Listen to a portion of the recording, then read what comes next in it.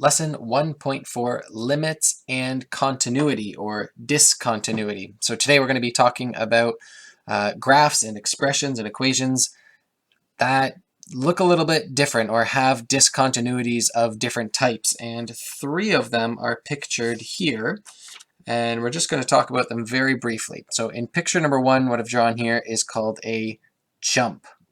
Okay, these are types of discontinuities. Maybe I could have put that right here, discontinuities. You could maybe write it at the top, that might be easier for you. But we have a jump.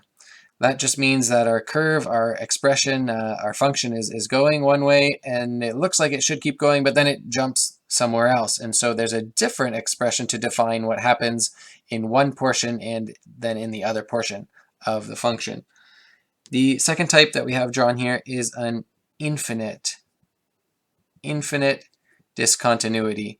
So this is familiar to you. It's looking like a rational function with an asymptote at, let's call it x equals -1. Well, there's an infinite discontinuity at x equals -1. It's not just that there's a jump and that it actually does have a value at that point, okay? The limit here the value doesn't exist, okay? So it's an infinite discontinuity. This one over here is called a removable. This is the graph of a removable discontinuity. When we look at the expressions of this one and the equations, it will look like there's not going to be a solution, that it's indeterminate, but then we'll do some math to it and figure out the limit. Now, something to remember, even if a value doesn't exist, its limit can still exist. So for instance, this function is undefined at x equals -1, but it can still have a limit as x approaches -1, okay? Now in this case, the limit from the left and the limit from the right are different, so that doesn't quite work out. But if we look at this guy, the limit from the left and the limit from the right are actually the same. So even though it's discontinuous, it can still have a limit. Even though if we subbed in a value for x and got f of x and it didn't exist, okay, even though it's discontinuous, it can still have a limit because a limit just defines what's happening as we're approaching that. What does it look like the value will be? Okay, so we'll take that note right here. The limit of a function, at x equals a, the limit of a function at x equals a may exist even if the function is discontinuous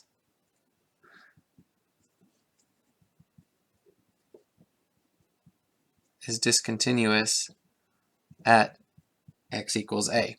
So we could still have the limit as x approaches a, even if there's a discontinuity at x equals a. Okay, we have the 3 types. It could be a jump, it could be an infinite discontinuity, or a removable. And the last thing you need to know before we jump into our examples are some of the properties of limits, okay? So just like we have properties of working with exponents or properties of sinusoidal functions, you can have properties of limits. There's a sum rule, a difference rule, a product rule, a quotient law, a power rule, a root rule, okay, and a scalar multiple rule. And I have posted a picture of that on Edsby that you probably want to grab and maybe print off so that you have it in front of you while you do your work. Also, I will write them down for you now so that you could copy them into your notes if you prefer to work through it that way. All right, here we go. We have 7 rules written down here, and we are going to just briefly discuss them. Here we go. We have the limit for the sum rule, the limit of f of x plus g of x. Okay, so this is the limit of a sum as x approaches c, where c is just some constant. So this is the limit of a sum is equal to the sum of the limits, or equal to, yes, the sum of the limits. So we have the limit of f of x as x approaches c plus the limit of g of x as x approaches c. Okay? The sum of the sum of two limits is equal to the limit of their sums. Difference rule is essentially the same, but instead of a plus sign, we have a subtraction sign. So again, we have the limit of a difference of two functions is equal to the difference of their limits.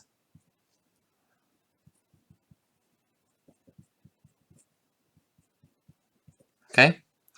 The limit of the difference of two functions is equal to the difference of two limits. Constant multiple rule. Constant multiple rule says that if we're taking the limit as x approaches c of k times f of x, where k is just some multiplier. Okay, so you have a function, multiply that whole function by a given value. Doing that is the same as taking k times the limit of f of x as x approaches c. Okay, so we can take that scalar factor, that multiplier, and just put it in front of the limit, and we get the same thing. Product rule says that if we take the limit of the product of two functions, the limit of the product of two functions, that is the same as the product of the two limits.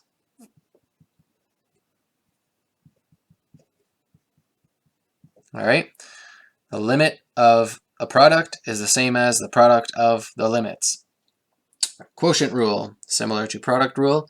This says that if we take the limit as x approaches c of a quotient of two functions, f of x over g of x, that is equal to the limit as x approaches c of f of x over the limit as x approaches c of g of x. Okay? Power rule. The limit as x approaches c of f of x to the power of n is the same as the limit as x approaches c of f of x, and taking that whole thing to the power of n. Okay, so if we take just the function to the power of n and then find the limit as x approaches c, that's the same as first finding the limit as x approaches c and then taking that value to the power of n. Okay, last one here, root rule. If we have the limit, again, as x approaches c, and we take any root, not just the square root, but the nth root, so it could be a cube root or a fourth root, and we take that of the function f of x, that is equal to the nth root of the limit of f of x as x approaches c. That is also then equal to taking that limit of f of x as x approaches c and raising the whole thing to the power of 1 over n. Right? The nth root is the same as taking the power of 1 over n. Okay, what we have here, let me get rid of that glare for a second, is a list of properties of limits. We can use them to modify expressions and simplify expressions. And again, you can go from left to right when it's convenient. You can also go from right to left when it's convenient. And all of these things are properties, so they work no matter what the function is that you're dealing with, as long as you are approaching the same constant value, right? C is the same here and here, okay? And we're going to be applying those heavily in this lesson, and also continuing on. This list of properties, again, is posted on Edsby, but it's also available in your textbook on page 35 with a brief description in words to help you remember. Okay, there are going to be 6 parts to this example. I've just listed A and B first that we're going to work through. As you're looking through them, you're going to say, hey, I don't really need the properties. I can just sub in the value of x that they give me and find the limit, or if the limit exists or not. And that's true, but we are going to practice using the properties because they're going to help us down the road. Part A, I didn't write this property, but basically all it says is that the limit of 5 as x approaches -1, well, that's 5, right? If the value is 5, no matter what x is, then if x is approaching -1 or x is approaching 0 or x is approaching 100, it doesn't matter. The limit is 5, okay? So this one is 5. B, we're going to apply a few of the properties, okay? We're going to apply a difference property, and we also have an exponent there, so we're going to be applying the power rule. And so again, when you have a problem here, just kind of look at it and say, okay, what do I see? I have my property sheet right beside me. What can I do? So we are going to first apply, well, a few at once, but we're going to apply the difference property, the power property, and also the constant multiple property. I see that we have 3x to the power of 4 and 5x. Okay, so we're going to bring those out. And this is what it will look like after we apply some of those things. We have 3, maybe I can do it in a couple more steps. Let's do it in a couple more steps. I'm going to split these up into difference. So we have the limit as x approaches 2 of 3x to the power of 4 minus the limit as x approaches 2 of 5x. Okay, now I'm going to use my constant multiple rule. I'm going to bring that 3 in front of this limit and the 5 in front of this limit. So we've got 3 times the limit as x approaches 2 of x to the power of 4. And we've got minus 5 times the limit as x approaches 2 of x. And now we have a exponent here of 4. So I'm going to raise this whole limit to the power of 4, not including the multiplier here. So we've got 3 times the limit as x approaches 2, the limit of x as x approaches 2, to the power of 4. And over here we have the same, stays the same, 5 times the limit of x as x approaches 2. Now we can figure out our values. So the limit of x as x approaches 2. Okay, well, the limit of x as x approaches 2, it's already telling us x is approaching 2. So its limit is 2. So we have 3 times 2 to the power of 4 minus 5 times, again, the limit of x as x approaches 2. So now you can see from this property why it's so helpful to reduce, to get these limits all taken apart, because now you can just use properties and no real calculations to figure out what that limit is. As x approaches 2, x is approaching 2, so the limit is 2. And then now we just evaluate 2 to the power of 4 is 2, 4, 8, 16. 16 times 3 is 48 minus 10. The limit of our original expression as x approaches 2 is 38. And again, maybe I'll jot down what we applied. Here we applied the difference rule. Here we have a constant multiple rule. Here we have a power rule. And then we evaluate.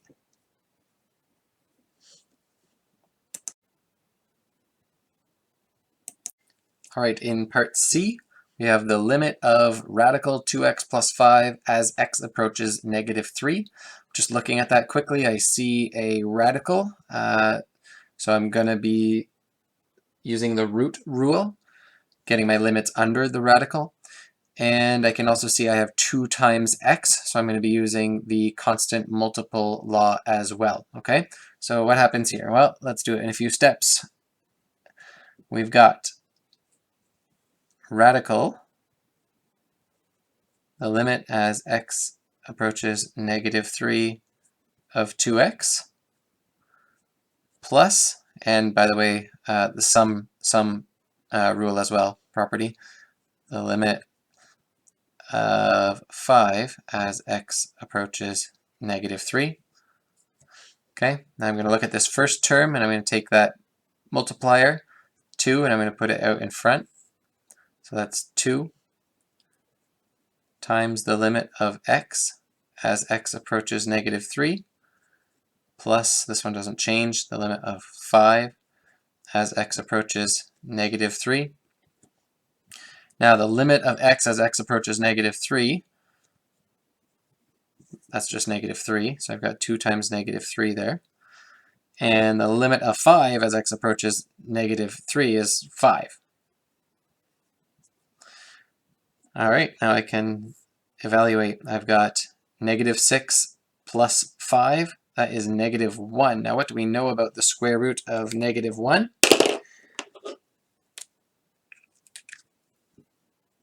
Since the square root of -1 is not a real number,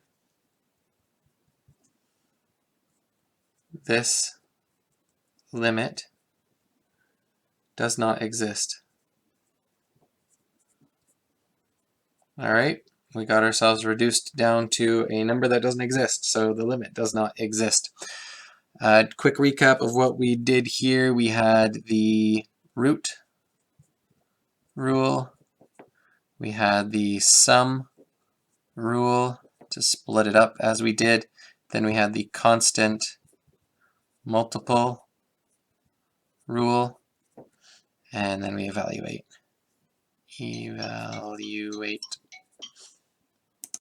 All right, moving over to look at D. At D, I see we've got a quotient, we have a power law, we maybe have a difference rule and a sum rule. All right, let's go ahead and tackle this using our properties. We're going to keep the numerator and the denominator separate, and we're going to use the difference rule and the sum rule first. So in the numerator, we have the limit as x approaches -1 of, and I'm going to go ahead and do my constant multiple rule right away as well. So instead of having x squared, that's not right. I need the power law, which would give me this whole guy squared. And then minus the limit of 4 as x approaches -1. And in the denominator, we're going to have the limit as x approaches -1 of x, and we're going to raise that whole limit to the power of 2. And we're going to add the limit of 3 as x approaches -1. Okay, what did we apply here? We have the difference rule. We also have a power rule. And down here we used the sum rule and the power rule. Okay, well, the limit of x in the numerator as x approaches -1, that's going to be -1. Negative 1 squared, well, let's leave it as negative 1 squared for now. And the limit of 4 as x approaches negative 1, that's going to be 4. And then the denominator, we've got, again, x approaching negative 1. And here we have a limit of 3. So negative 1 squared is positive 1, minus 4 is negative 3 in the numerator. Our denominator is 1 plus 3, which is 4, and there is our limit. Problem E has a lot going on, so I see right away that I actually have two factors right here and right here. So I'm going to split them up and then multiply them together. Within this factor I have a difference. Within this factor I have a sum, a power, and a constant multiplier. Okay? So again, a lot going on here. Let's look at this first bracket here. Again, I'm going to take the limit of this product and make it the product of two limits. So I'm going to just use big square brackets to get us started. And we're going to take the limit as x approaches 0 of x minus the limit as x approaches 0 of 3. And I can close that one off. Our other product, we might do it in multiple steps. We'll see if we can do it all in one step. The constant multiplier, so these are going to be written in limits. Okay, so I'm going to have the limit of x to the power of 2, and I'm going to multiply the limit by 5 as well. That's going to be our constant multiplier law. So I'm going to have 5 times the limit of x as x approaches 0, and this guy is going to be squared. Okay, did you catch all that? We've got a power law, we've got the constant multiplier, and then I also have the sum. We're going to add here the limit of 2 as x approaches 0. Close it off with our square brackets. And now this is bitted up small enough that we can kind of see what's going on. The limit of x as x approaches 0, that's 0. The limit of 3 as x approaches 0, that's 3.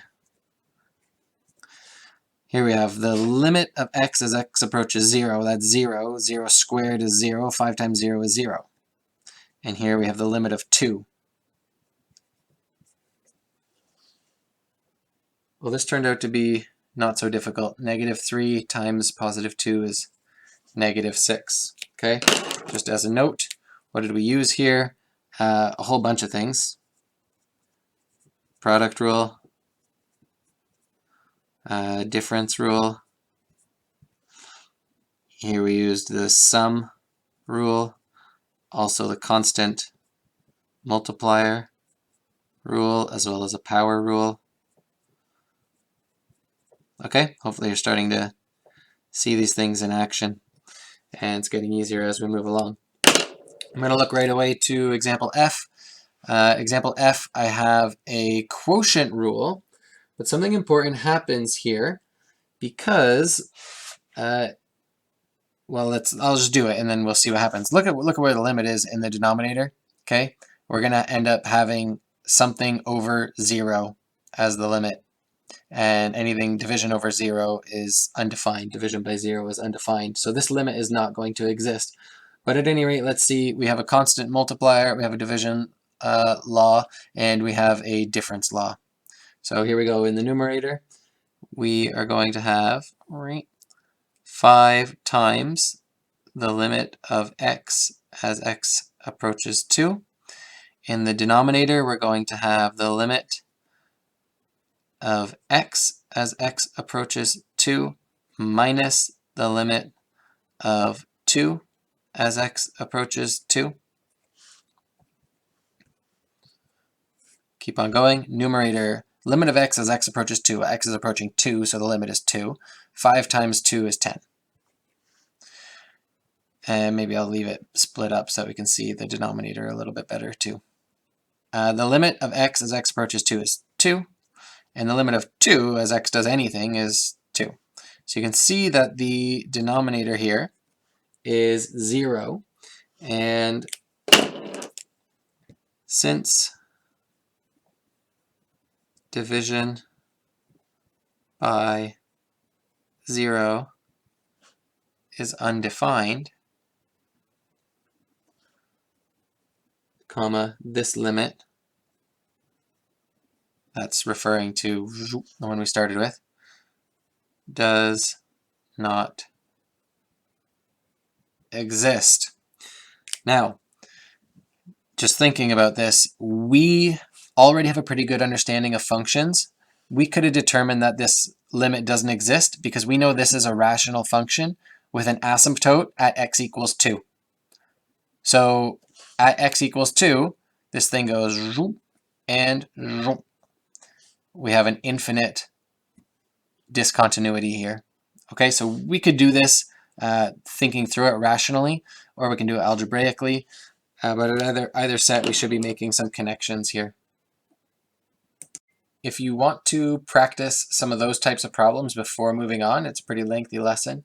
Practice problem number 10 will give you a chance to look at those properties again and try some on your own before moving on to more complicated problems. Okay, in example 2, we're looking at limits and discontinuities. First of all, take a minute to admire my hand-drawn graph. I'm pretty proud of it. And this is what's called a piecewise graph. It's obviously discontinuous. Okay, we have a jump, and we also have a jump here. And we're going to talk about the different pieces of it, but a piecewise basically means for different parts of the domain, a different function defines the graph itself, okay? So a piecewise function,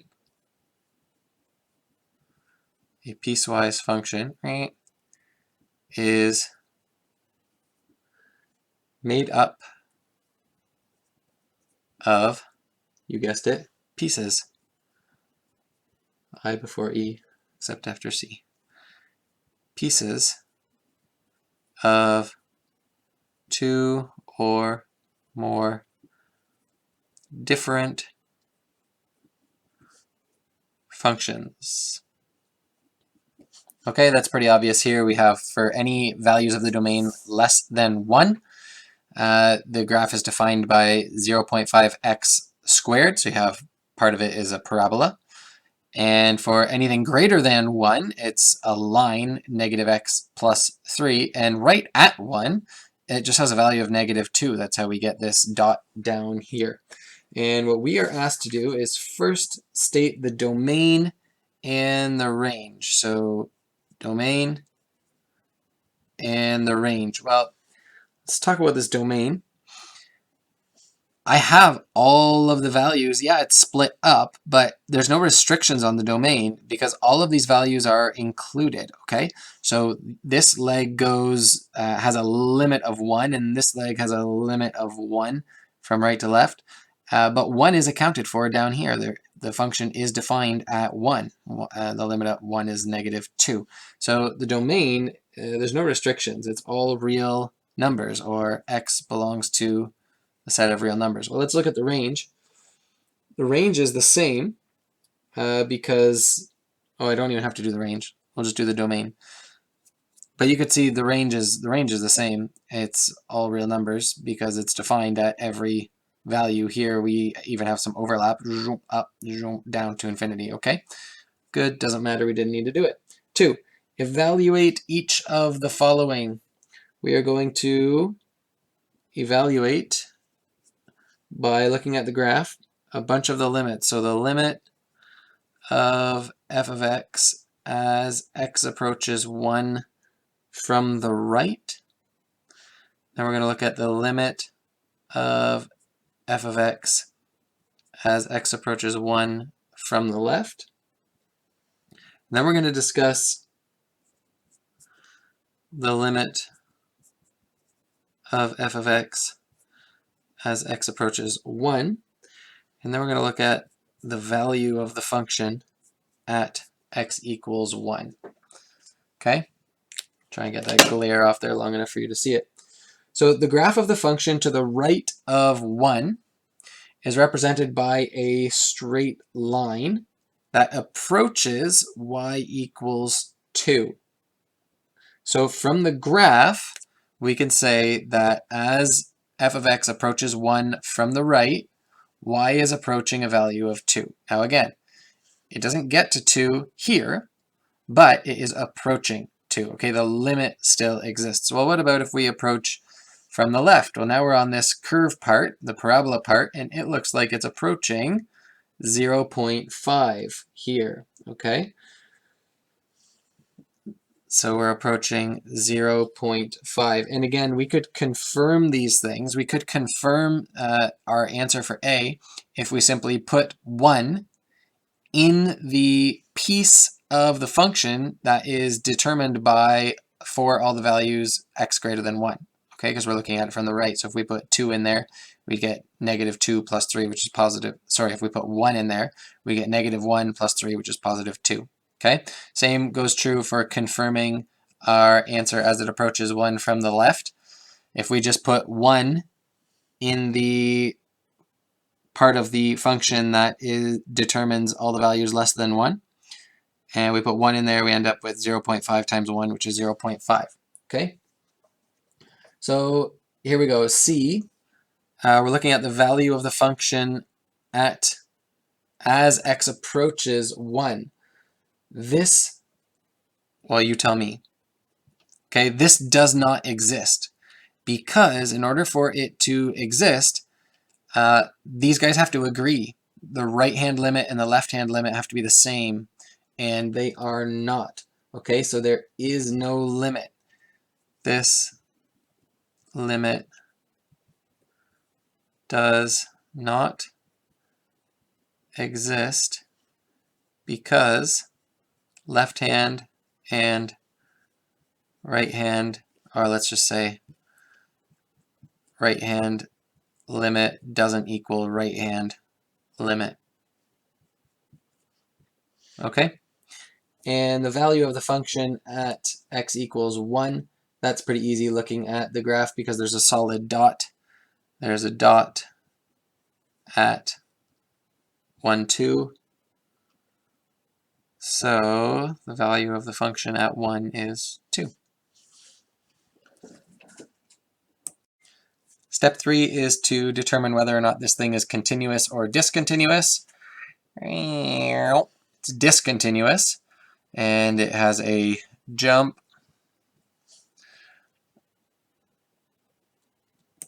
Graphically, that's easy to see, this jump here. Algebraically, that's going to be any time that our left hand and our right hand do not equal each other, but the function is still defined across that limit, across that value of x, which it is. Sorry, here. Yeah? All right, example 3 is a graph that involves limits with asymptotes, a graph with an asymptote. We're going to work through it fairly quickly, and we should get the hang of it. The domain, it's a rational function. Denominator can't be 0, so x can't be 4. So the domain is x belongs to the set of real numbers. X can't be 4, and we can see that from the graph as well. We're going to do the rest of these just by analyzing the graph. So the limit of our function as x approaches 4 from the right, follow that curve that's going up to positive infinity. What about as we approach 4 from the left? Negative infinity. All right, what about the limit at 4? Well, what happens when we do our algebra and we put 4 in here? The denominator becomes 0. So, and if we actually don't even need to do that, if we just look at the results of part A, which is looking at it from the right, and part B, which is looking at it from the left, they don't equal each other. So this does not exist. And the value of the function at 4, since the function is undefined, this also does not exist. Sorry, the function is undefined at x equals 4, so the value of f of 4 doesn't exist. It's not part of the domain, so you can't calculate it. Continuous or discontinuous, Discontinuous, what type? Infinite. Infinite discontinuity. Okay, what if a graph looks awkward? Is it continuous or not? It almost kind of looks like two different graphs put together, but we have the function for us there, 2x squared over x squared plus 1. We're going to go through it the same way, find out what we find out. So the domain, there's no restrictions on the domain here. I can put in any value, and I will not get a denominator of 0 because we've got this x squared plus 1 there. So the domain is x belongs to the set of real numbers, no restrictions, good to go. And now we're just going to be tracing the graph. We're going to be looking at the limit, and I didn't write the function here every time. You can see that for the sake of time. But the limit of the function as x approaches 0 from the left, that's approaching 0. The limit as x approaches 0 from the right, that's 0. Well, based on those two answers, they agree. So the limit as we approach x from the left and from the right is 0. And actually the value of the function at 0 is also defined, and that's 0. So even though it looks like kind of a graph stuck together with a graph, and this is kind of a little point at the bottom, there's no gap there, there's no hole there. The two limits converge at 0, and the value of the function exists at x equals 0, and the value is 0. So is this continuous or discontinuous? It is continuous. All right. There are no breaks in the graph. All right, example 5, limits involving indeterminate form. This is where it starts to get a little bit trickier. What is an indeterminate form? An indeterminate form is any form of a function that reduces to 0 over 0 when x equals a. So basically, if you were to sub in a value of x that ends up resulting in 0 over 0, that's an indeterminate form of an equation, okay? Now, we can still work with these types of functions at that limit. We just need to put in or determine the function at any other value of x, or all other values of x other than x equals a. How can we say that better? Well, when this happens,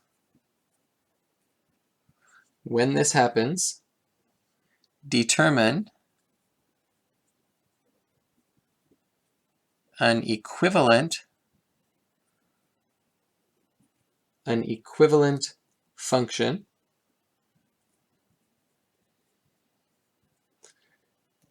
for values other than x equals a, and the discontinuity may be removed, and the discontinuity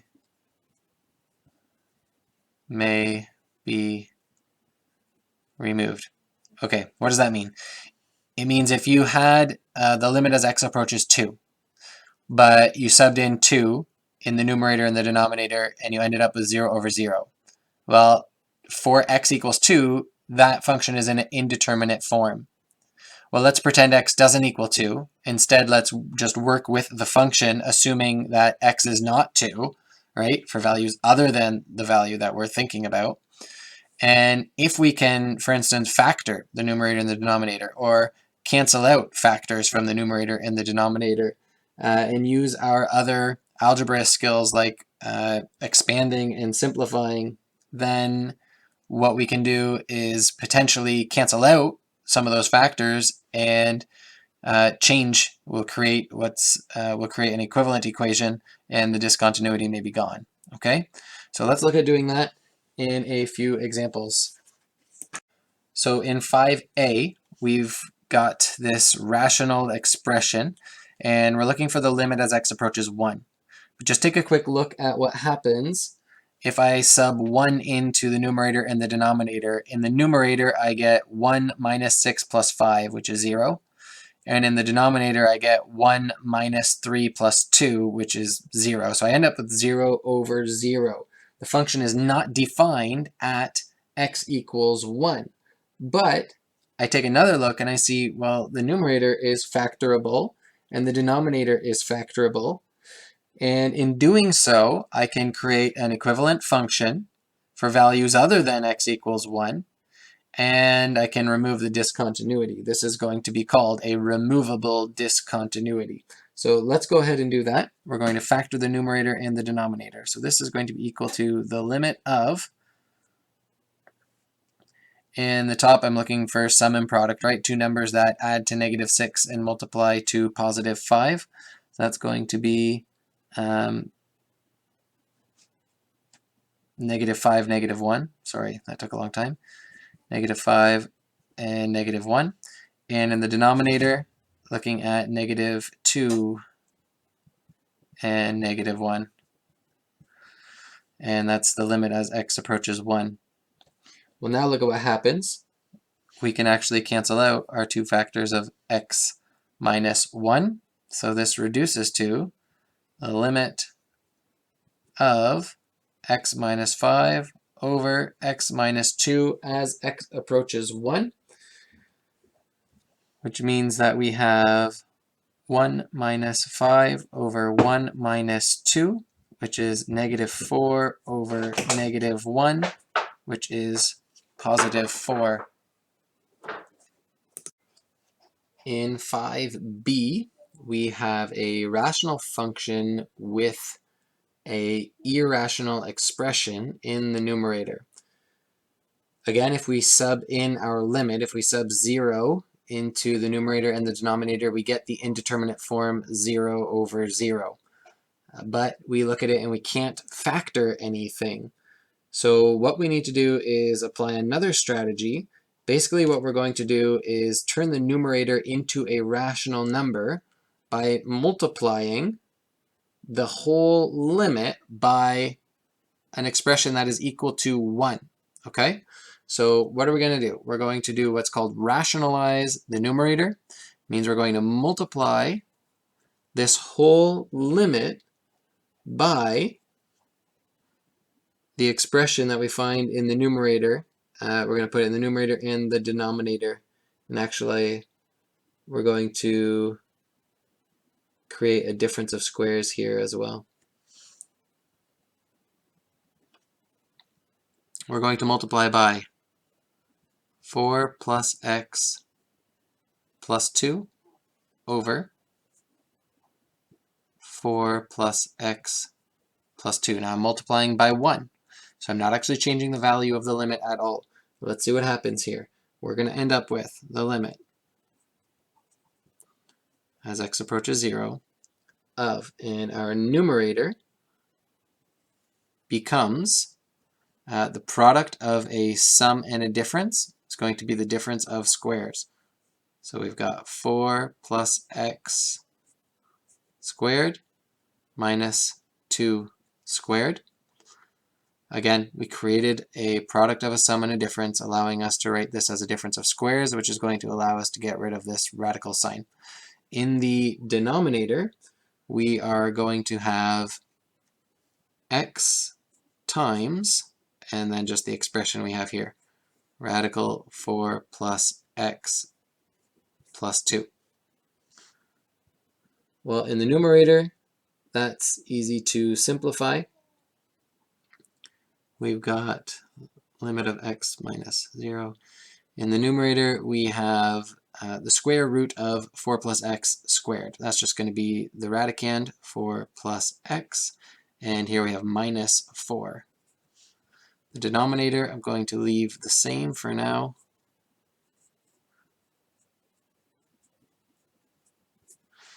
Because we're going to see what happens in the numerator is that plus 4 minus 4 becomes 0, leaving us with just x.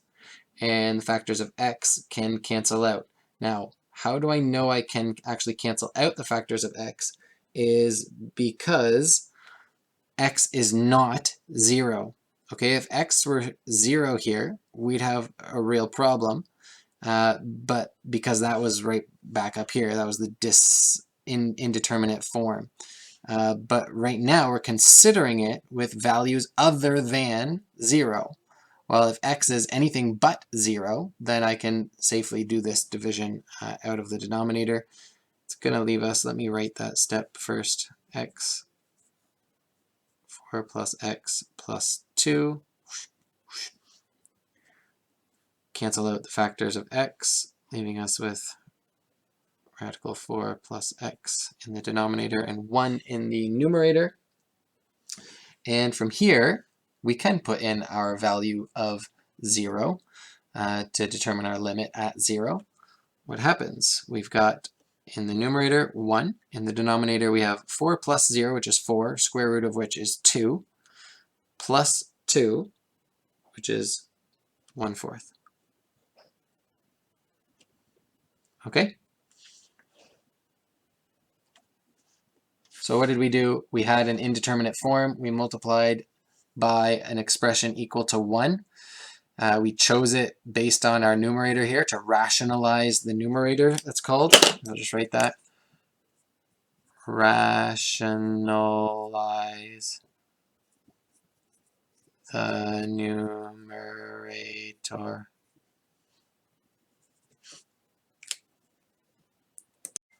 All right, 5c, again, if we sub in x equals -3, we get the indeterminate form 0 over 0. So, but I can look at this and see some things that we can do. I can expand the numerator, okay? So we've got the limit, x approaching -3. Expand the numerator, I get 1 squared, which is 1, plus 2 times a times b, which is 2x, plus b squared, which is x squared, still have -4 up there, x plus 3. I'm going to simplify the numerator and then see if I can factor it again. So we've got x squared plus 2x minus 3 over x plus 3.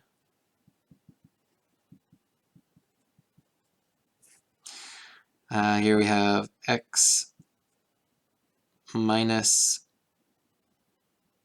1 x plus 3, and in the denominator x plus 3.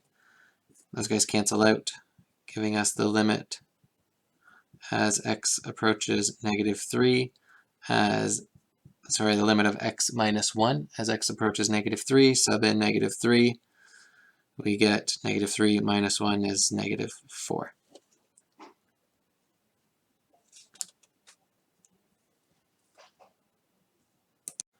And here we'd also have the restriction that x can't be -3, which is the assumption we've been working with all along, because we know it's indeterminate form when x equals -3.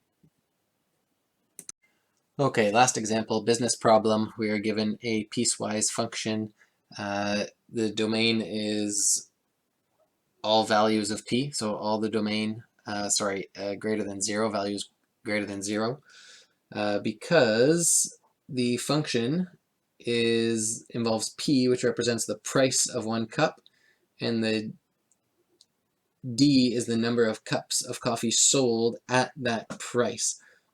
So this function determines the demand for a new flavor of coffee. So the number of cups sold is dependent on the price of 1 cup.